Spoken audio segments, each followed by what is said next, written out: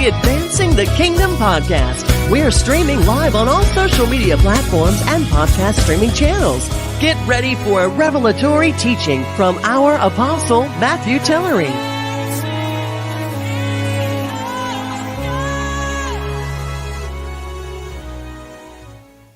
Well, greetings. Thank you so much for tuning in to the Advancing the Kingdom podcast. I am your host, Apostle Matt Tillery. Listen, I really appreciate you on tonight. Thank you so much for tuning in. It's going to be a super night, a great night, a stupendous night. I'm excited about my guest tonight. He's certainly not a stranger to this area, and that's none other than Pastor James Gailliard, Senior Pastor, Word Tabernacle Church. He is in the studio tonight, and I'm excited to have him on the Advancing the Kingdom podcast. Sir, I appreciate you coming on the podcast tonight. Well, Apostle Tillery, let me thank you for having me. When you mentioned to me a couple of weeks ago when we were together at an event, if I would come on the podcast, I felt like I had finally arrived, man. So I'm grateful. I appreciate the work. I appreciate you broadcasting and putting information out. So thanks for having me. I appreciate it. Yeah, when I asked you would you come on, you was like, anytime, just call me, just let me know. And you're here tonight, so I really appreciate it. I know you're very busy with the campaign that's going on. So once again, thank you so much for coming on tonight. So let's go ahead and dive into this conversation tonight. And let's start with the Save American Act. First of all, what is it? And because it's really, it's already illegal for non-citizens to vote in the U.S., right? That's right. So let's talk about that. I know it hadn't passed yet, but it's a good possibility that it will.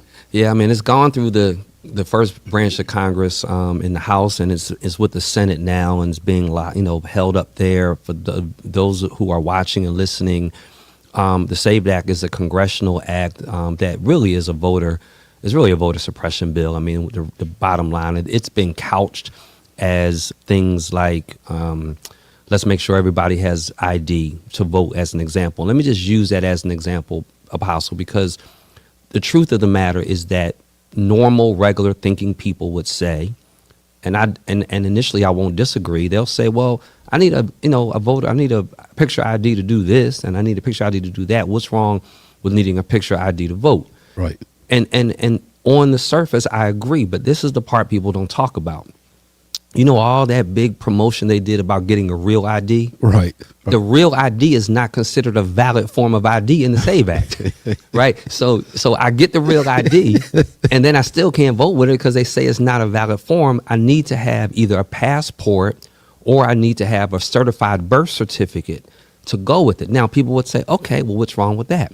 What's wrong with that is that the passport or the birth certificate is going to cost me money. Right. There's an amendment to the U.S. Constitution that says we can't attach any kind of tax or poll tax in order for people to vote. Wow. And so if you're serious about wanting people to vote, I'm going to tell you what would fix the voter ID issue is to say, okay, I tell you what, if you need to have picture ID in order to vote, we're going to also pass an appropriation to pay for you to get your birth certificate or to pay for you to be able to get your passport. But of course, that provision is not there. Right. The SAVE Act also removes, well, let me give you another example. You know, we're both married women.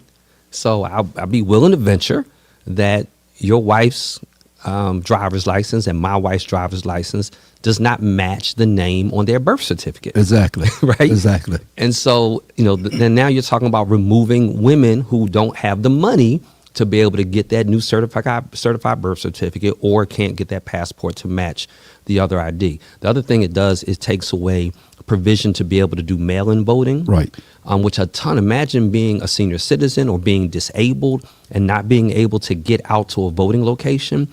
It removes a same-day registration. And so it really is just a voter suppression tactic, knowing that when the masses vote, they vote a certain way. And there's a group of people now that are in the majority that don't want to see those votes. Right.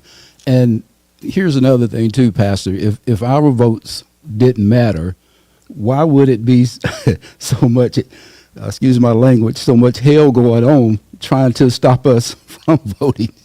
Because it's no question. I mean, and everything that we see going on, or so much of what we see going on around us is around voter suppression. And let me raise something with you real quick. You said at the beginning before we came on air, if something kind of dropped in my spirit, I could share it.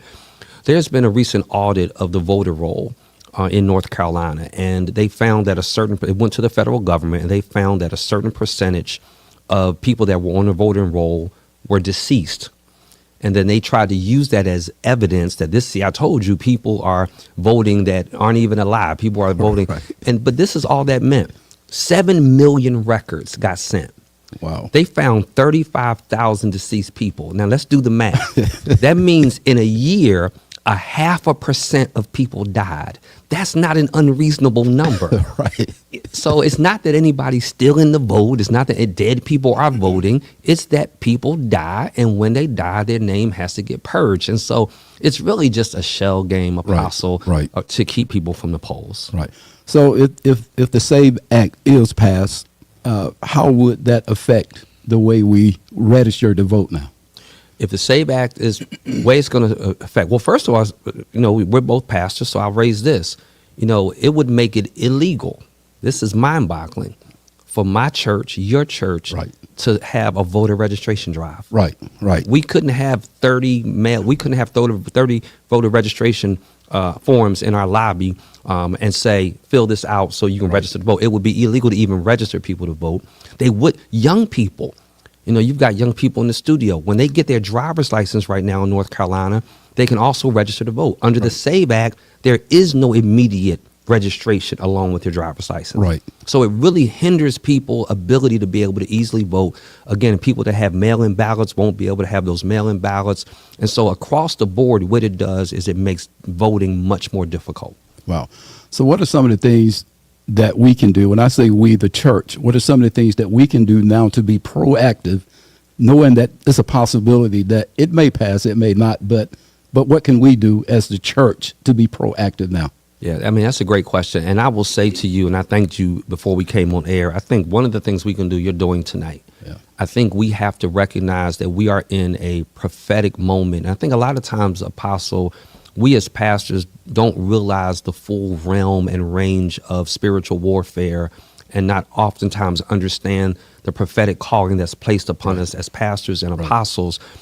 If we're going to really discern why God is providentially and sovereignly allowing things to go on the earth, we need to be asking ourselves, what should be our response, God? Right. What is it? How do you want us responding? Right. I think one of the ways we have to do it is doing what you're doing tonight, us having the conversation, right, making it in vogue to have the conversation. I think as pastors, we need to raise up issues of public policy. I'm not talking about partisanship. I'm not talking about standing in your pulpit saying, vote for this candidate and don't vote for that one.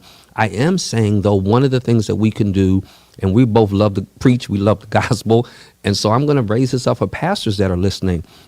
We have to begin an ability to be able to interpret the scripture from a realm of saying, this is not just information, right, but what is the personal transformation that's being required of me in this text, and what is the community application? So as an example, how often do we preach through Paul's prison epistles? Right. We will preach through the book of Romans. We'll preach through, and we'll say while we're preaching, Paul was in prison. Right. But we don't connect the dots and say, okay, what does then inform our current society about what prison reform should look like? Right. When Jesus heals a person who's been at a pool for 38 years, we're not saying to ourselves, what does this say about systemic health disparities that you can go to the same place for 38 years and not get delivered? So we have to learn to start connecting scripture into public policy and into these broader social implications.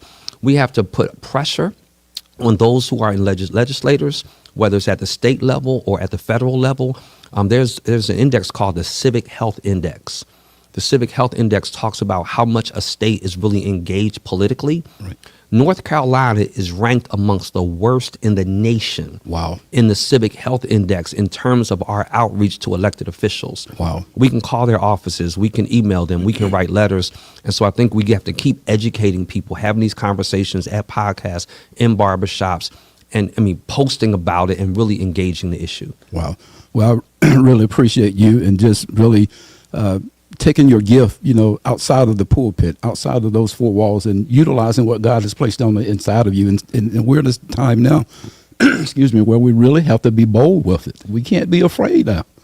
I could not agree with you more. We have to, I think sometimes one of the reasons, and this might be a little controversial, but one of the things that we have to risk losing certain social circles. Wow. Sometimes we're not courageous on things that we know we need to speak on because there's a certain social dynamic attached to that issue, and we don't want to lose that connection. We don't want to not get the invite anymore. We don't want to not be in the in crowd. And we're going to just have to be bold enough to say, listen, this is not a black and white, Republican, Democrat, red, blue issue. This is humanity. Right. This is God calling me on the earth to speak truth to powers and to speak and to expel darkness. Right. And we have to have the ability to be able to do that. Man, when I started this, Apostle, just to show you how much things have shifted, I do a 12 noon Bible study. And prior to all of this stuff going on politically, 30%, and it was a big attendance at 12 noon, 30% of the crowd were white brothers and sisters. Wow. Now it's probably a 0.5%.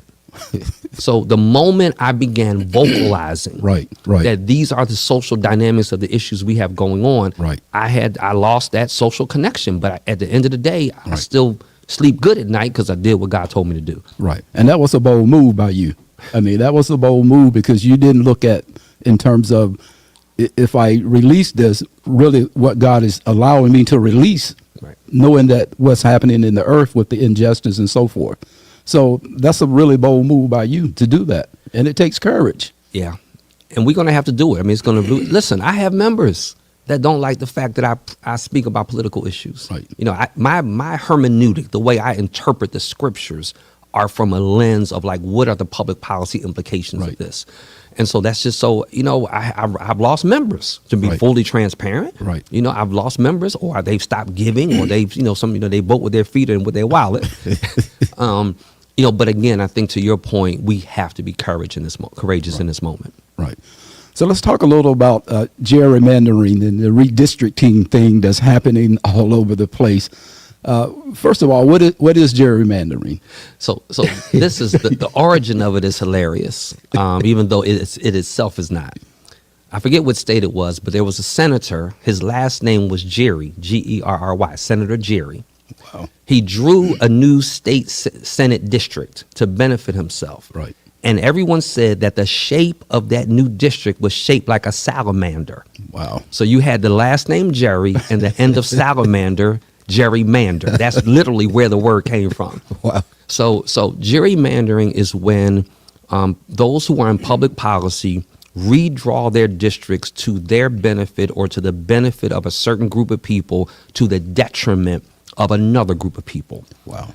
So that they meaning politicians, can choose who they will represent as opposed to people choosing who will represent them. Right. That is in essence of gerrymandering. Yeah, it looks like on April 29th of this year that the Supreme Court in the Louisiana case kind of gave it a green light, if you will. It really did. Blowing up a part of the Voting Rights Act, it's kind of mind-boggling. Let's talk a little bit about that Supreme Court decision. So what the Supreme Court did, and I'm so glad you have me on and we're having this conversation.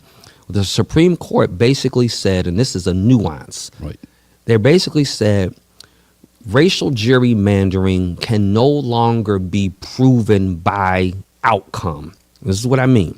Historically, what it said is, if you drew a district and it meant that it diluted black voting power, for example, and you saw the outcome of that, then that immediately would say you gerrymandered it and it would make it illegal.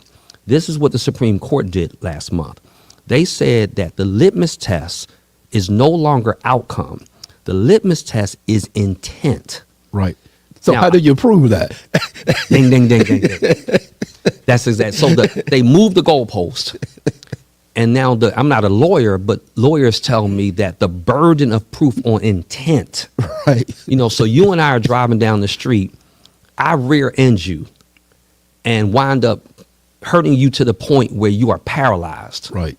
And so you can't work for the rest of your life, but then you can't sue me because it wasn't like I intended to paralyze you. Right. And so it's impossible unless somebody's going to walk around saying, we're going to redraw this district so black people can't vote. Right. So the bar has been changed. The goalpost has been moved, and and the next day, I believe it was, certainly within that next week, they called a special session in Tennessee and just to redraw that one district in Memphis.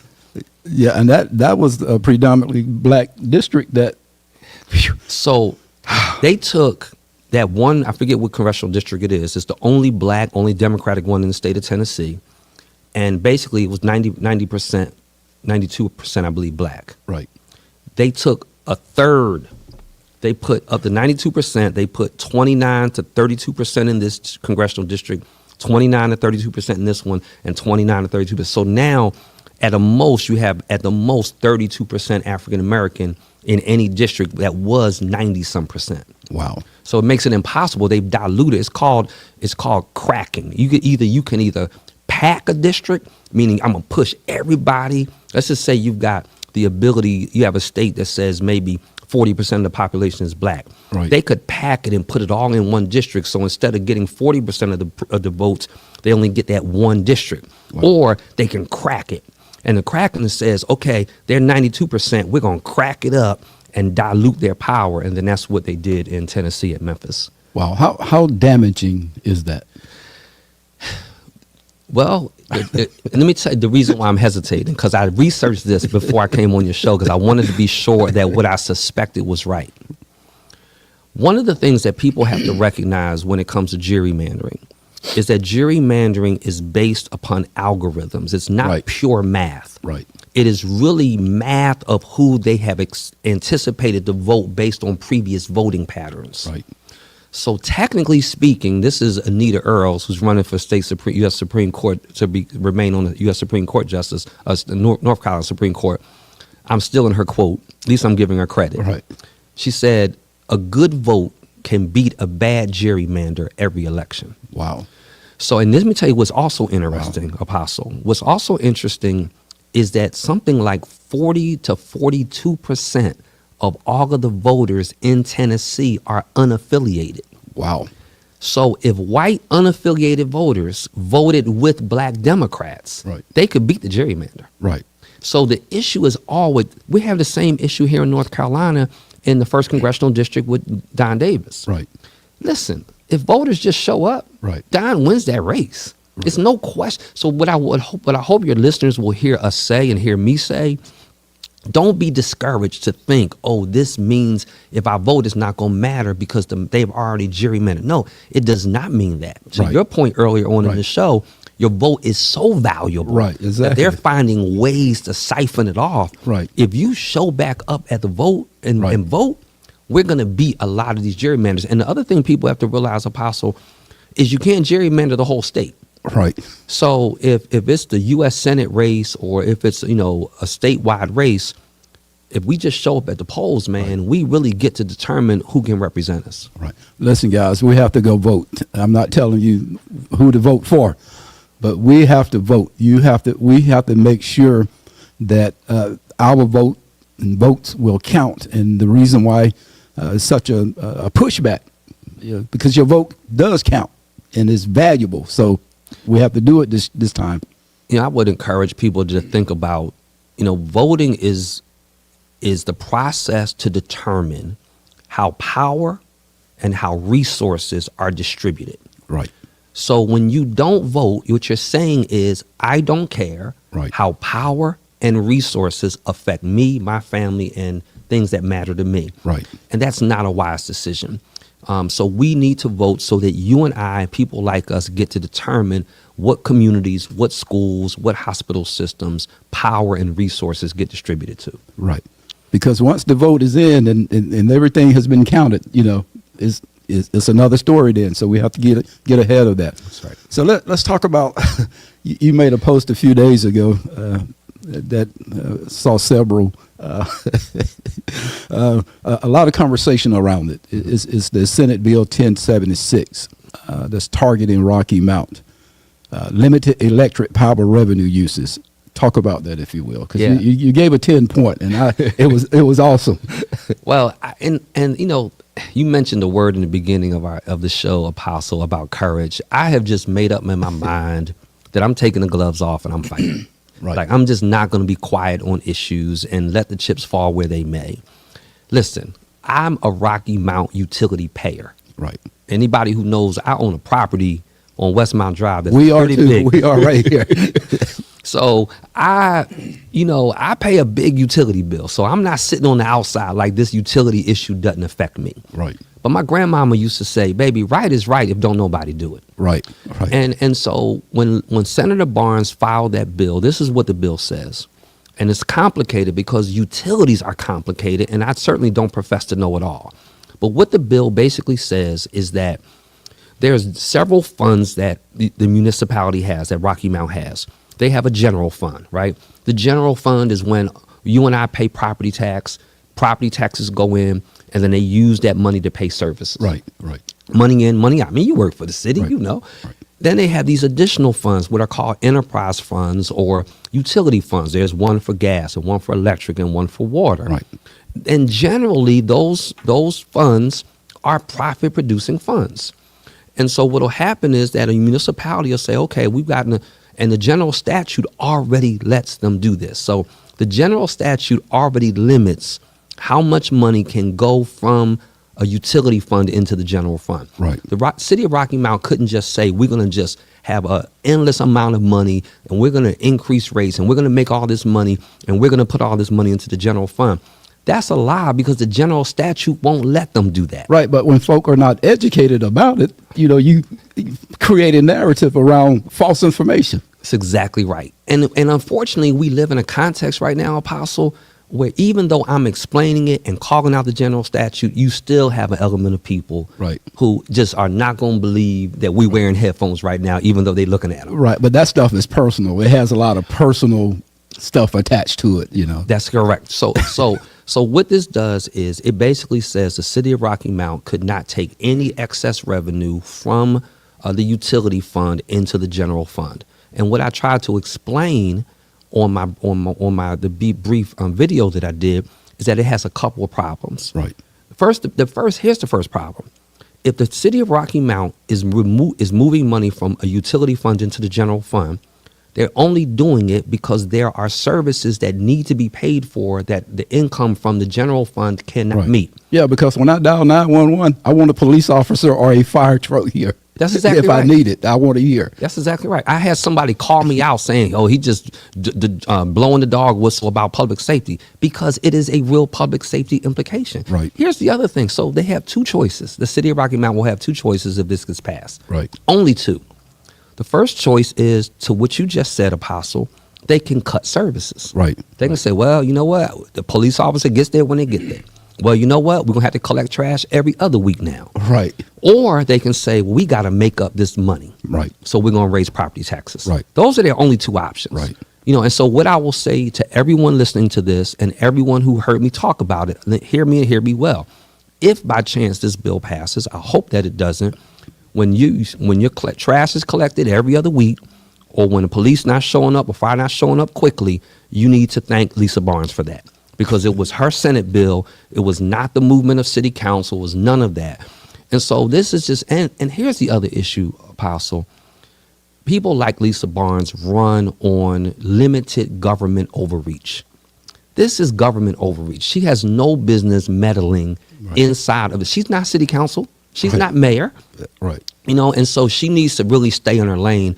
But this is really just a political move. I saw a posting by a high-ranking Republican who said this got to be one of the most political bills ever filed in North Carolina history. Right. And that's a fellow Republican. Wow. And then if you don't like who's in leadership, go vote, or you run yourself. I mean, you know what I mean? If you're unhappy with who's in the office now, then you need to go vote or whatever. But simple. Yeah. So with this bill, would it actually so this bill 1076 would actually not allow them to get any funds out, even what's allowed now, up to the 3%. That's correct.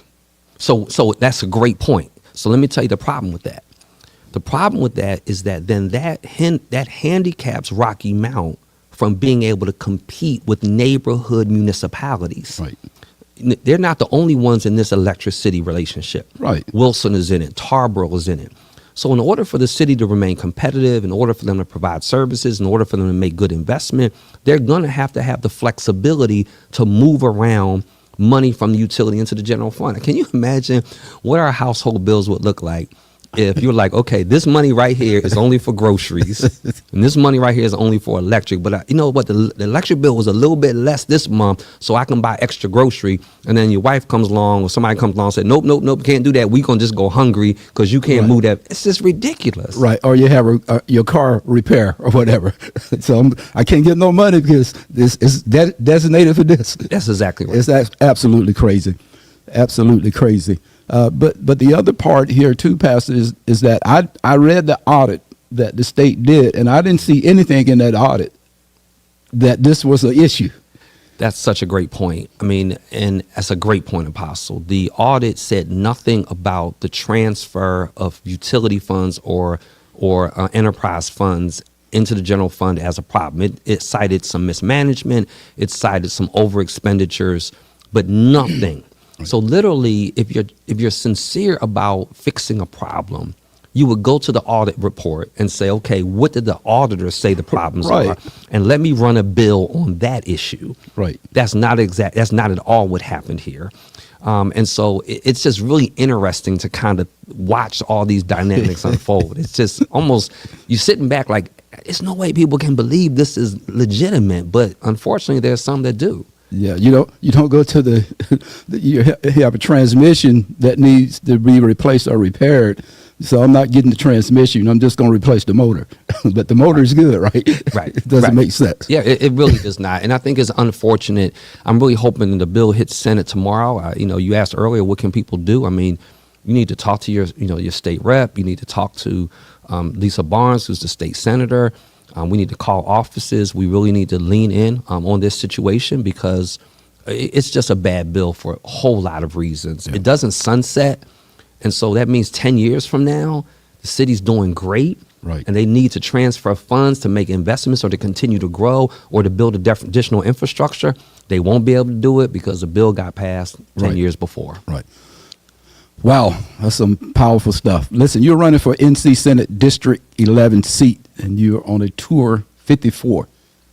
What is that? I appreciate that. Thank you for that question. So inside of Senate District 11, which is all of Nash County, all of Vance County, and all of Franklin County, is a combined of 54 precincts, 54 voter precincts. Oh, wow. I want to personally go into every single voter precinct. I don't just want to go into the city of Rocky Mount. I want to go into the Edwards precinct. I want to go into Rocky Mount South. I want to go into Hunter Hill precinct and Benvenue precinct. So I'm doing a tour of all 54 precincts. Oh, wow. I want to meet people there. I want to engage them. I want them to ask questions. I want to hear what matters to them. Right. I'm not trying to run a race as if I've got all the answers, Apostle. Right. I don't. I believe that in elected office, you should be representing people. And in order to represent them well, you need to hear them. Right. It's like being a pastor, man. Right. And so I want to hear them. I want to understand what's ailing them. And so I want to come to their family reunions, to their festivals, to their churches, anywhere at all in their precincts that they can invite me or willing to so I can have a conversation with them. That's Tour 54. Wow, awesome stuff. Listen, man, our time is up. Having a great conversation. Time goes really quick. But anything else you want to share on the podcast tonight? Well, I just want to thank you for offering this opportunity for us. Thank you for this kind of conversation. As pastors, I think we need to have more of these conversations. So I want to thank you for it. And I would just ask everyone to just figure out a way. Just look up at JD Gailliard. I'm on every social media platform. At JD Gailliard. Would love if people followed me, paid attention to the race, and then got further educated on some of the stuff that we've talked about tonight. Wow, powerful. Hey, listen, I appreciate you guys listening and watching over there on Facebook, YouTube, and to all the podcast channels. I really appreciate you. It's been an awesome, powerful conversation tonight with Pastor G. Look, man, I really appreciate you. Once again, I know you're really busy, but I really appreciate you coming on the podcast tonight. My pleasure. Thank you, sir. Listen, I am Apostle Matt Tillery. If you're on social media, go ahead and share. I would greatly appreciate it. If you're on YouTube, go ahead and subscribe to the L. Tillery outreach into all of the podcast channels, to all of the downloads. I really appreciate you. Thank you so much. Listen, once again, I'm Matt Tillery. Until next Monday at 7 p.m., go and advance the kingdom. We pray you have been empowered and blessed by this teaching. Join us next week for the Advancing the Kingdom podcast. If you would like to reach us, email us at mltillery@icloud.com.